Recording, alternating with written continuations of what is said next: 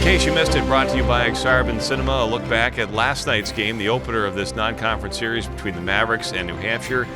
Mike Kemp, a thrilling finish to a game that was very tightly contested throughout. It was a well-played game, I thought, both ways. I give UNH great credit.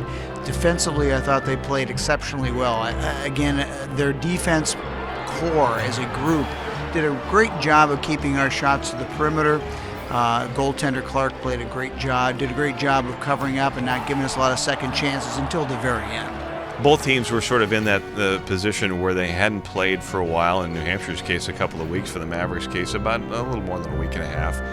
And it seemed like the Mavericks took a little more time in sort of getting their game going. But by the third period, they got the early goal from Jake Randolph, and that really got them going. I thought it was a lot like basically a week and a half ago when we played Huntsville. We came out of the blocks, I thought, very slow. And that first period was a little concerning because I thought they had the upper hand on us, beat us to most of the loose pucks. But I thought as the game went on, we gained a little more confidence, gained a little more poise. And as you say, we got that early goal by Jake Randolph in the third period. It gave us kind of a jump, and I thought we held our own through the rest of the game, of course, and then got the great goal at the end in overtime.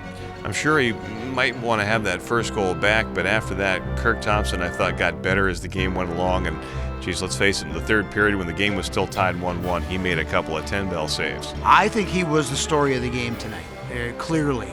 It's the best game he's played since he's been here as a Maverick. And some of those saves, I thought there were 4 or 5 huge saves in the third period that looked like he was left kind of out to dry and reacted and made tremendous saves and covered up the puck when he needed to. It was by far his finest hour. You had a chance to see it from the bench. Andrew Wong scoring 6 game-winning goals in a season. Austin Ortega picked up his 7th. What is it about him and being there in the right moment at the right time? It's an uncanny knack of being in the right place at the right time. There's no question about it. When you think of the goals he scored this year, he just seems to always be around the puck. He's got a good nose for the net, and he gets in those spots where he is open at the key time of the game. And again, tonight it was the same exact thing. I looked at him, and it was in a line change when he scored, and I looked, and he was kind of caught on the ice. His line mates left. He was on the ice. We got a transition play to the offensive zone. Okay, there's your choice. Go to the bench or go to the net. He went to the net. Puck came to him on the rebound, and bang, it's in the net. All of a sudden, game-winning goal, game over. He's done that consistently this year, and hats off to him. When you got a player that's got that crafty, that's got that kind of a nose for the net, let him go. What do you do for both teams as far as adjustments go in the rematch for tonight? Well, again, it was 2 even teams. Well played, very even, balanced game. Both teams played well on both ends of the ice. So I think what you're going to have to do is make sure your team is prepared to play from the opening faceoff.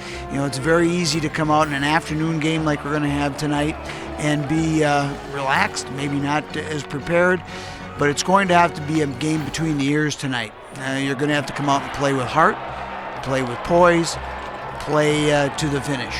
Well, the Mavericks hoping to ring in the new year with another win over the New Hampshire Wildcats. We hope you enjoy today's game.